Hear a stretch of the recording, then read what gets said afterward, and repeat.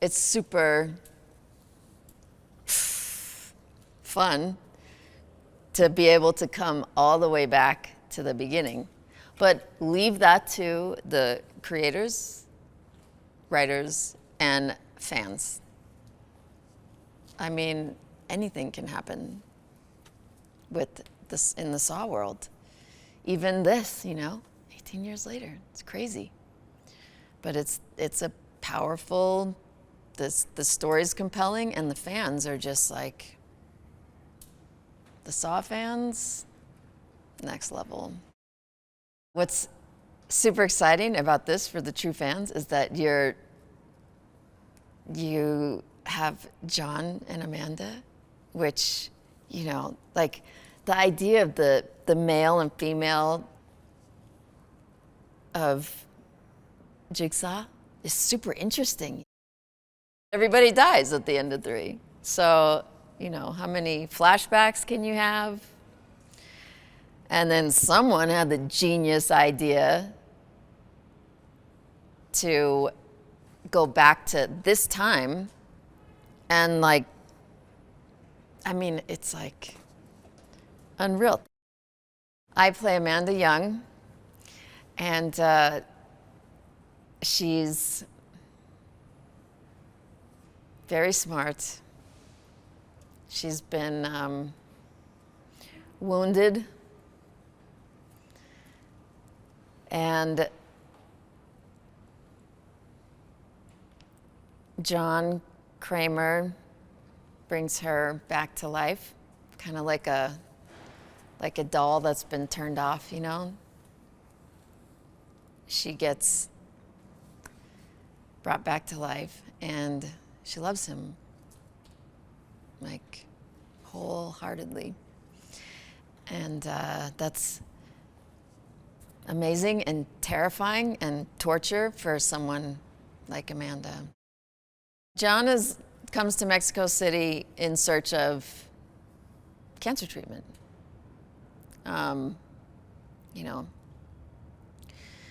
Not FDA approved cancer treatment.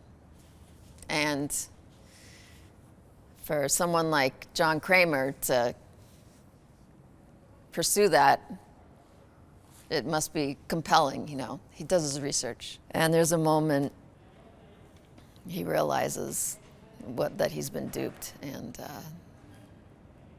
it's really hard for someone like John Kramer. His hope clouded his vision a little, and the game was pretty, their racket was pretty compelling. But it's devastating for him and really pisses me off. It's hard for Amanda because she loves John so much, and to see him hurt like that and vulnerable like that, there's a battle cry in there, but at the same time, you can't forsake that philosophy, that every human being deserves a chance. And he's in the business of saving souls. And she's in that business enough, he really does plan on her continuing this work of his. And he wouldn't give that to her if he didn't think she could do it, or that she believed in it. And so that is bigger than the anger, until at a certain point, then you see there's no redemption for several characters. But still, everybody deserves a chance. And that's how he rolls. Tobin Bell plays John Kramer, and that is just the luckiest thing that happened to the Saw franchise. Because from day one, the body on the floor, he was meticulous I mean, he is scientific. He's scientific about his work, but then he's just like, pours his heart into, but he's worked out. And he was that, but he insisted on being the body on the floor in part 1. I still don't know exactly how they came to him, but I just know that, thank God they did. I mean, it was probably meant to be, but that was definitely, because he's such a big part of the longevity of this franchise.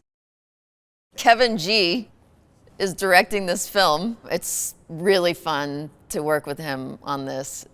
They couldn't have hired a better director, because imagine like everything this man has to hold in his head all day long, like 18 years of details. But he's the right man for the job. You know, if anyone could hold all that in his head and be editing while he's filming this, it's him. This has been so many years now of conventions and meeting the fans of Amanda. There are like generations of them now. I just started calling them this past year the tribe of Amandas, because they're very similar. They're all super smart and super like tender-hearted but strong, and they connect with each other, and I love them so much, and I love Amanda, and it's like I never would have thought that I could come back 18 years later and like, because I do, like I hold all of them and her in my heart, and it's like I get to come back and like sing a love song to these young women, including the young woman I'm playing.